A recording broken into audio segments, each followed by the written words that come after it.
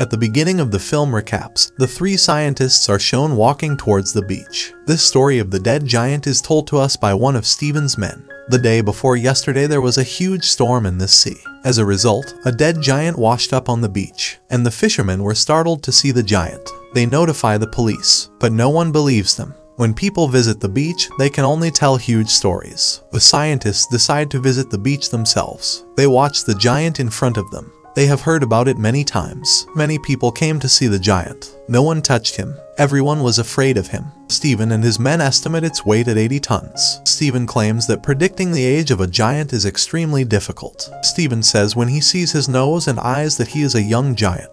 The scientists investigated as they stood near the giant's body. In the process, Stephen approaches the giant's hand. It looked like a pond. His hand was so big that it appears to be a pond after the water collects in it. Little fishes swam in it. Stephen says that the most shocking thing other than the size of the giant is that these giants still exist. They compare the people standing on the beach to a giant. They are incomplete copies of the giant. Stephen was shocked after seeing them. Meanwhile, his colleague goes upside down the giant. He informs those present that he is safe. Hearing this, they all rush to the giant's body. After this, they become happy. Someone was having a good time bouncing on the giant's body. Stephen won't even touch it or go for it. On the other hand, his colleagues made notes about the giant. The number of people who played with the giant decreased over time, because they all went to their homes. Stephen comes here again after 3 days. His interest in the giant increased. He claims he has no problem watching the monster. The giant seemed to be more alive than the people around him.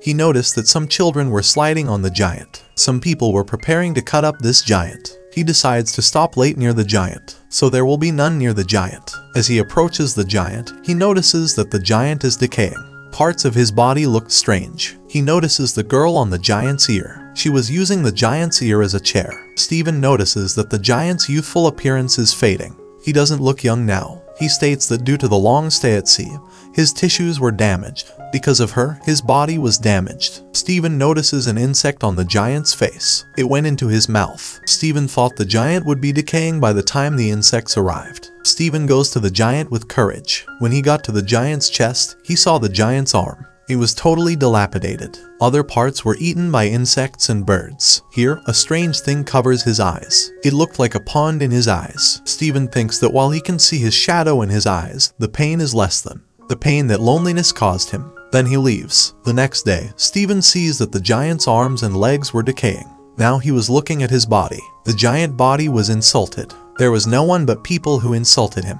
Even the giant was also a human-like creature. The next day, when he reaches the giant, he finds that the giant's head has also been removed. Birds and insects eat the giant. Without his head, his body did not look like humans. With that, Stephen's relationship with the giant soured. That's what a dead body did. Then he didn't come to the beach for several days. After a few weeks, when he came to the beach, he is shocked when he sees this. The giant is completely exhausted.